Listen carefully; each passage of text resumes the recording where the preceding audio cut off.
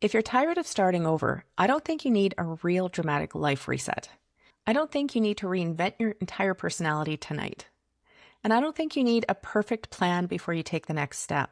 I think you need one honest move that proves you're still in the game. Because sometimes the hardest part is not knowing what to do. Sometimes the hardest part is that you do know. You know you want more energy. You know you want more confidence.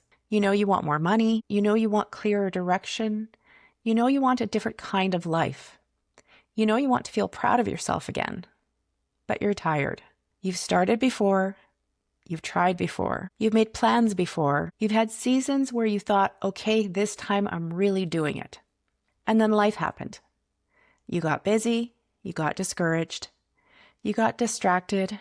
You lost momentum. Something changed. Something hurt. Something took longer than expected. And now you're looking at your life thinking, how am I here again? How am I starting again? How am I rebuilding again? How am I trying to believe in myself again? So if that's where you are, this is not going to be a fake positive pep talk. I'm not going to tell you to just believe harder, but I am going to tell you this. Starting again does not mean you failed. Sometimes starting again means there is still something in you that refuses to give up on your own life. And that is worth listening to. First, stop making tired mean incapable. The first thing I want to say is this. You are not failing because you are tired. You might be tired because you have been carrying a lot. You might be tired because life has been complicated. You might be tired because you are responsible for more than people see. You might be tired because you have been trying to hold everything together while also wanting something more. And when you're tired, your brain can get really dramatic. It starts saying things like, I'm lazy, I'm behind, I'm inconsistent, I never follow through. I should be further ahead. Maybe I'm just not the kind of person who can do this. But tired is not the same as incapable. Discouraged is not the same as done. A slow season is not the same as a failed life. Sometimes tired just means the next step needs to be smaller, not non-existent, just smaller. Maybe you do not need a 47-step plan. Maybe you need food, water, sleep, a shower, a walk, a clean surface, one email, one decision, one honest action.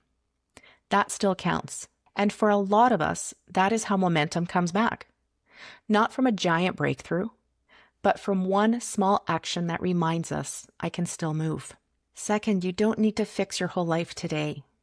When we feel behind, we often go extreme. We think, I need to fix my money, I need to fix my career, I need to fix my health, I need to fix my house, I need to fix my habits, I need to fix my confidence. I need to fix my entire life before Monday.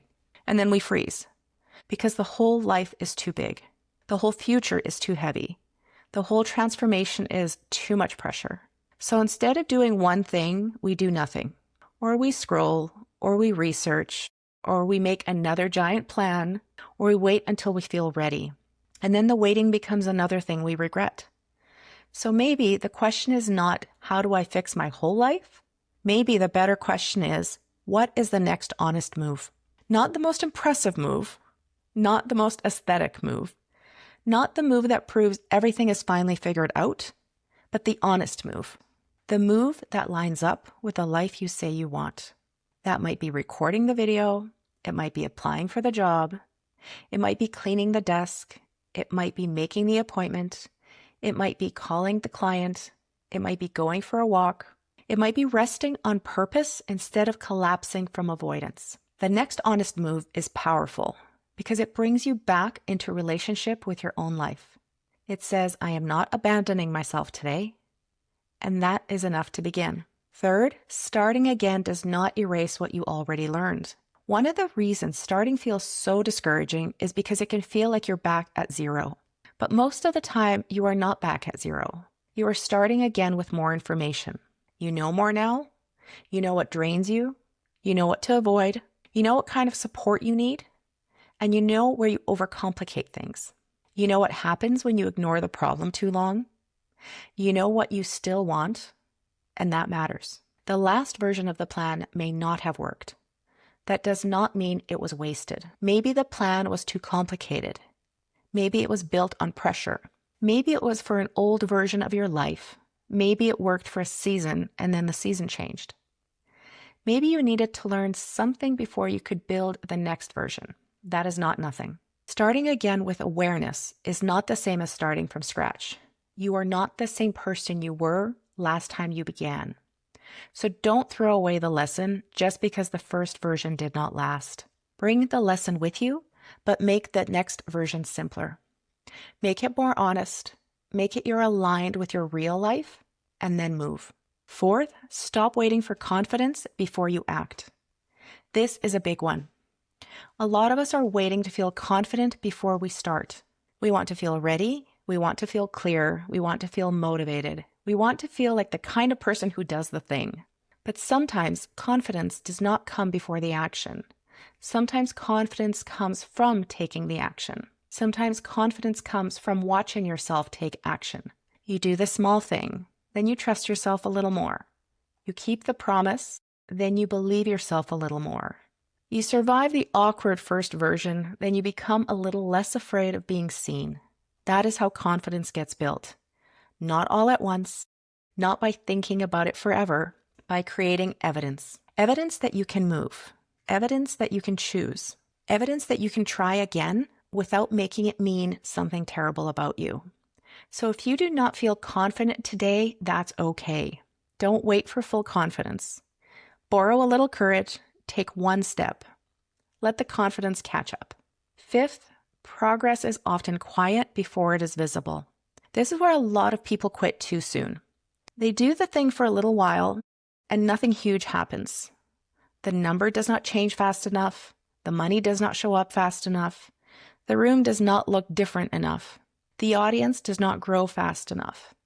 The confidence does not arrive fast enough. And they think this is not working. But a lot of progress is quiet before it becomes visible. It looks like repeating the thing when no one is clapping. It looks like learning the skill. It looks like making the awkward first version. It looks like choosing not to spiral as long as you used to. It looks like making one better decision. It looks like going to bed instead of making your life harder tomorrow. It looks like showing up again even when the result has not caught up yet. That may not look dramatic, but it is evidence. And evidence matters because evidence is how you start to believe again. Not because you force yourself into fake positivity, because you can point to something and say, I did not quit today. I made one move. I kept one promise. I am still building. And that is how a bigger life starts to become believable. Sixth, borrow belief until yours comes back. Sometimes a belief is not available yet. And I do not want to pretend that you can just flip a switch and suddenly feel unstoppable. Sometimes you are too tired. Sometimes you are too discouraged. Sometimes you are too deep in the messy middle to feel certain. So maybe you do not need full belief today. Maybe you just need enough belief to take the next step. Borrow it from someone who sees possibility for you. Borrow it from the version of you that has survived hard things before. Borrow it from one tiny piece of evidence that says, I have done difficult things before. Borrow it from the fact that you are still here, still thinking, still wanting something to change. Because the fact that you still want more means something. It means there is still something alive in you.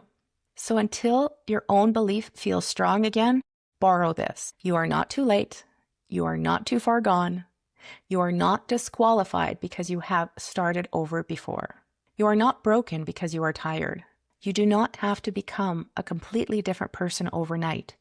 You just need one honest move, one small piece of evidence, one decision that says, I have not abandoned myself. Seventh, choose the smallest move that future you will thank you for.